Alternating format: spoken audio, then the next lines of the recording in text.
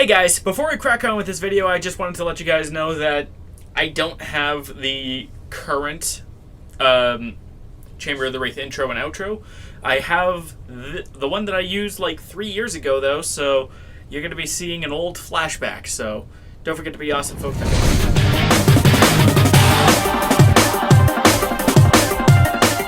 Are any of the X-ray attacks in Mortal Kombat X actually survivable?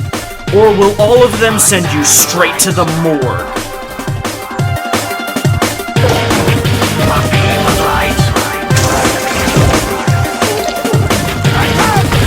satellite watching from the sky. A beam of light. I am electric eye.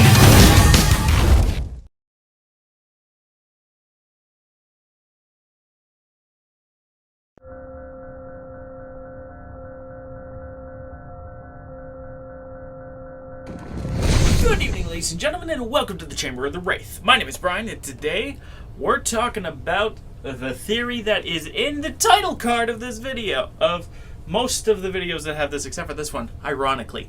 And that is, could Spyro actually glide as far as he can in the games with his physiology? And the reason why I say his physiology is because, well, there's not much else to work with. The guy can't build his own glider. So we have to look at his build, his wing size, and estimate his height, his weight, because we're going to have to do that because there's no convenient cutouts of Spyro by official sources. So lots of estimation, lots of approximation, and a little bit of ratio stuff. I'm not the greatest at math, I will admit, but I would be more than happy to try my best to approximate these kinds of things. And one thing to keep in mind is that I don't intend on this being the only theory that I do this year. I've got at least 2 more in the pipeline, with maybe some more depending on how things work out. So, without further ado, I'm going to shut my big yap and begin the speakification. Is that a word? It is now. The speakification of the idea. That a little bit, because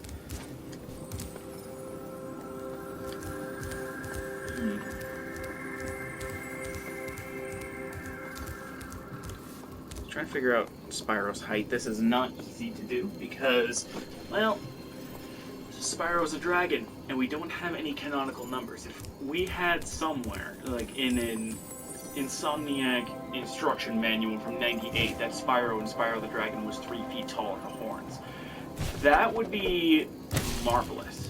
But we don't have anything like that, so it's all going to have to come down to estimations and predictions and approximate calculations, sorry. So, if it's not the best theory, I do apologize. I do have a quicker, easier to prove theory that I'll be talking about with Mortal Kombat stuff in the future. But the trickiest thing for me to figure out is Spyro's height, because that's going to be critical in our calculations. Now, this stump is Spyro's height right up until the crest, which means that if we jump, we can see that's 2 Spyros basically, and Spyro can jump over that approximately. So his jump height is about 3 Spyros high as an approximation. Now Spyro's build makes things a little more challenging too, because he's quadrupedal and he holds his head high off the ground. But we can approximate that he is as tall at the head as he is long. So if I were to use my smartphone as an approximation, hello Sparks, you're in the way, thank you. If putting my smartphone right up against the screen from this angle, Spyro is the length of that one of my smartphone, which is an LG A5, I believe. And then his height to the fringe of his head is about 3/4 of my phone. So that means we could actually use my smartphone as approximations in order to get some halfway decent numbers. It's not exact, but it's something at the very least. And Spyro's height, again, is about 3 Spyros, which means it's approximately 2 cell phones high. 2 smartphones high. So if I do this, I should be able to get Spyro's horns to touch the window. And they go halfway up the window, further than I had actually predicted. So now let's figure out the glide distance. And that's going to be a little bit tricky because, well, the camera doesn't like to sit still. As an intentional feature, Spyro's, the Raid Night Trilogy's camera will zip behind Spyro, which is great if you want to make really long, really tough glides, but for measuring purposes, it's not exactly helpful. So we're going to have to approximate a little bit. So the way I'm going to do that is by using Spyro's other signature ability, his Flame Breath, because if we have a look at this from above, and remember, and while the range is a little bit high, I can still measure this by using my pinky and my middle finger, or not middle finger, my pointer finger, in order to get an approximation.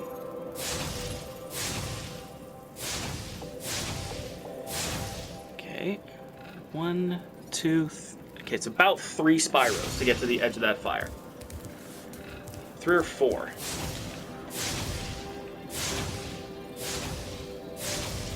One, two, three. Yeah, it's about 3 Spyros to get to the edge of that fire. So, how far do you think I'm going to be able to glide just from a standing start? I clear the fire, and then some. There's a whole other Spyro worth of space afterwards. So, that means Spyro can glide approximately 4 to 5 times his body length and jump about 3 times his body length, which gives us if I can do the math really quick. Side note, this is the hardest part for me when it comes to theories because I'm not that keen on math. It just never clicked with me, so just have to try and figure out ratios. So if it's 3 to 5, I think it should be 0.6. Wait, hang on.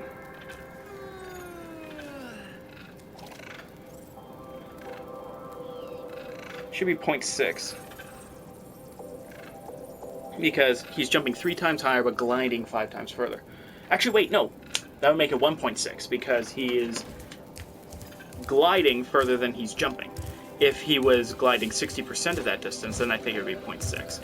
I will double check and hopefully verify that in the near future when I have references in front of me. But suffice it to say, Spyro's a pretty good glider, even without the assist of whirlwinds or height. He can cover a lot of ground.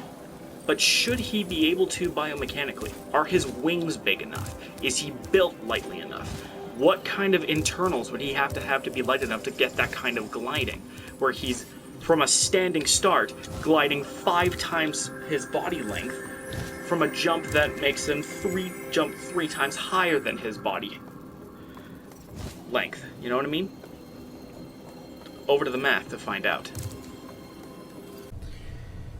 A little bit of brief research later, and it turns out that Spyro's gliding range, like his glide ratio of 1.6, where he travels 1.6 times further horizontally than he does vertically as he's falling, is actually well within the range of gliding animals. According to some of the research that I do have, flying squirrels can have a glide ratio of about 2, and albatrosses have a glide ratio of 20. So Spyro is well within the range for a glider as far as an animal is concerned. But the problem isn't necessarily the ratio. Again, 1.6, this guy is gliding less than 10 times as far as an albatross. But the big issue actually comes from, does his physiology support that kind of gliding? Because the problem is that Spyro's wings are really small, especially in proportion to his body size. Generally speaking, if an animal wants to fly, it'll have a wingspan about 2.5 times wider than its body. That way, its wings have enough lift to get it off the ground, which is a simple principle, is one of the most basic principles in all of flight. The 4 forces that you have to deal with in flight are very simple. You have lift, gravity, drag, and thrust. If your thrust and lift are greater than your drag and gravity, up you go. Gliding animals don't try to beat thrust. They don't try to beat drag and gravity. They try to mitigate it as best they can with their slow falling, ranging from the Chinese gliding frog with their really wide feet, to the patagium of flying squirrels, to the wings of birds and pterosaurs. And mentioning pterosaurs, that's probably one of the better examples of a glider. For instance, this is a not particularly hyper-realistic Anhanguera model. Anhanguera is a Brazilian pterosaur with a wingspan of about 3 meters, although I feel like the head's a bit long in this model. The point is that the wings are almost 10 feet, and this thing can fly, so that's not the issue. The issue for me is with Spyro's wings. I have a model, granted this is the Legend of Spyro model from McDonald's like 15 years ago, and you can kind of see in this Legend model that each wing is about the size of Spyro's body, which would make for decent gliding when it's fully outstretched. But Spyro's gliding is a little bit complicated because, as you'll soon see, his wings don't seem that big. The biggest obstacle to Spyro being able to glide is wing size. As you can see here, the wings are partially folded, but even then, it should be very clear that Spyro's wings seem a little bit stunted, even for a young dragon. So he's obviously not flying, and evidently he can't outside of speedrun levels, which can be explained with magic hoopla.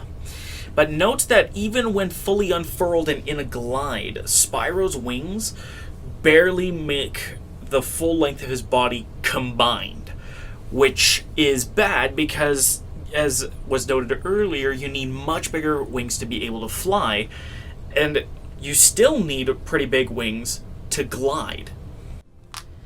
And this can be taken one step further as well. Many gliding animals have a few key things in common, and that's to make themselves wide. Flying squirrels do this with the patagium, which is their fold of skin that attaches to their wrists and to their ankles, so that when they're fully outfurled like this, it's like a parachute. Flying snakes do very much the same thing, but being snakes, they're capable of flattening their ribs, which is a very bizarre thing to think about, but that allows them to sail through the air. Flying fish do the same thing with their fins, and albatross do it with their wings. Their ridiculously long wings. Albatross have 11-foot wingspans. These are from tip to tip, these are the longest wings of any living bird. And their sole purpose is to soar, and they're designed for that. For instance, they're ridiculously long in proportion even to the big albatross. Like, albatrosses are not small birds. And their wings, their wing-to-body ratio is huge, allowing them to maximize their gliding potential. And the way their wings flap only just gives them that little extra lift in order to help them glide.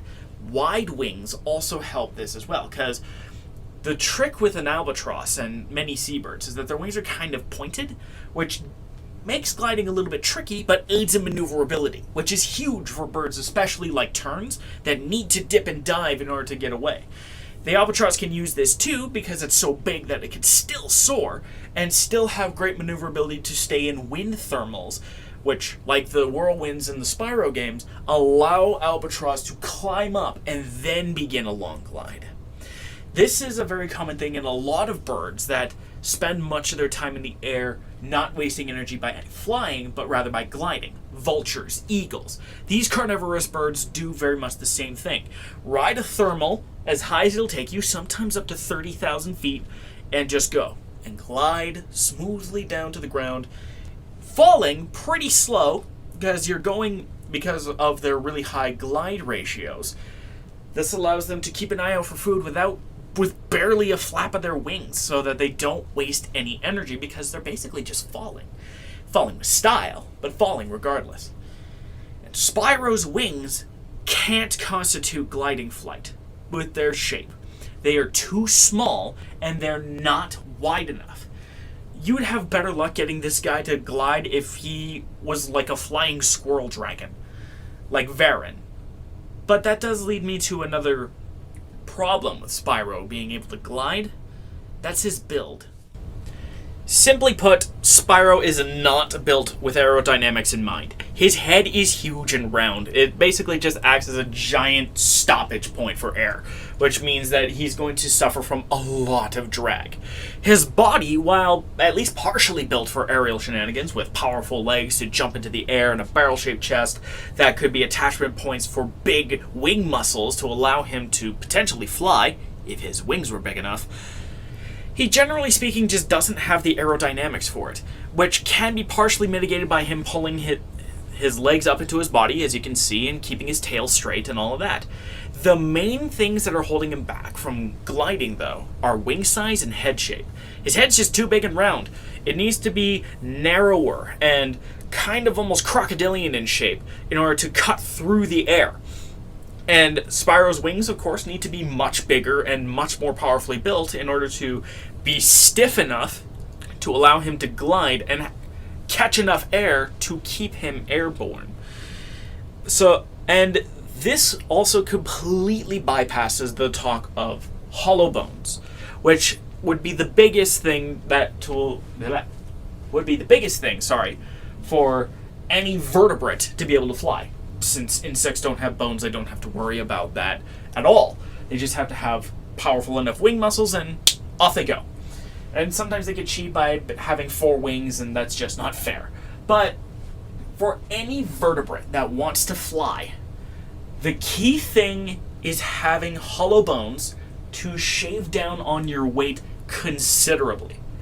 The golden eagle, from the tip of its tail feathers to the tip of its beak, is the size of a bulldog, but weighs about a quarter as much. They are much lighter than a dog because of their really hollow bones, and to an extent, their extremely efficient breathing system of air sacs inside of their bodies to help lighten the load. But these birds evolve the hollow bones, and it's not unreasonable to assume Spyro wouldn't have evolved a similar feature either. I mean, every dragon that is an adult can fly, so it stands to reason that they're lighter than they look. This would also potentially explain why Spyro's able to jump so high, because of his combination of powerful legs and his potentially hollow bones. The hollow bones won't do him any good in the aerodynamics division. It'll just keep him lighter, so he might fall with less force, but he's still falling at a relatively respectable speed. So in order to fix his, shall we say, aerodynamics problems, we would have to kind of squash his face, make it narrow to cut through the air, shave down or completely get rid of the horns, and make the crest retractable. You know, completely changing Spyro's face, which is just not cool. And therein lies one of the big issues with doing any sort of inject science into cartoon type thing, because the proportions are going to be completely out of whack, and that's going to mess with the whole perspective. It isn't exactly a semi-realistic Albertosaurus toy in terms of realism. And of course, this is a dragon with 6 limbs and fire breathing, you know, dragon. So applying real-world lift science to a dragon seems silly. But at the same time, it's a very cool way to kind of get the concept of aerodynamics and gliding ratios to be talked about. And that's why I love doing these theories about ridiculous things, like, I don't know, can you survive a Mortal Kombat X X-ray? Or what does Poison Ivy actually eat? Or how fast can Cabal run? I wasn't supposed to say that just yet. Regardless, that's why I love doing these things, because you get to find out some cool things and learn some concepts. Now, unfortunately, yes, Spyro won't be able to glide. But not all hope is lost, because with his barrel-shaped chest with relatively powerful wing muscles, given how flimsy his wings are, Spyro might be able to pull off a double jump, in theory, by jumping and then flapping really hard to get that little extra lift to get him just a little bit higher. It's not optimal, but it's not like we're completely getting rid of anything relating to his wings. He can still kind of give him an extra shunt into the air. The gliding thing is the main thing that we wanted to figure out. Could Spyro glide at this physiology? I don't think so. He's just not built for it. He's not parachutey enough. His wings aren't big enough. He doesn't have a patagium. He doesn't have anything that, as far as I know, aside from maybe the hollow bones, that might allow him to fall slowly. So, unfortunately, our boy Spyro can't fly, or can't glide, nor can he fly, but pull off a double jump? That may be one advantage he has over the Mario Brothers. At least as long as they don't cheat with the Tanuki tail. Thanks for watching this video. Let me know what you guys want theorized next. Well, kind of next. I have a few in the pipeline. If you guys have anything you want to discuss, they range from, could Takar's knife really be an effective weapon, to, well, could Spyro actually glide? And anywhere in between. Don't forget to be awesome, folks, and I'll see you guys on the other side. That's not it.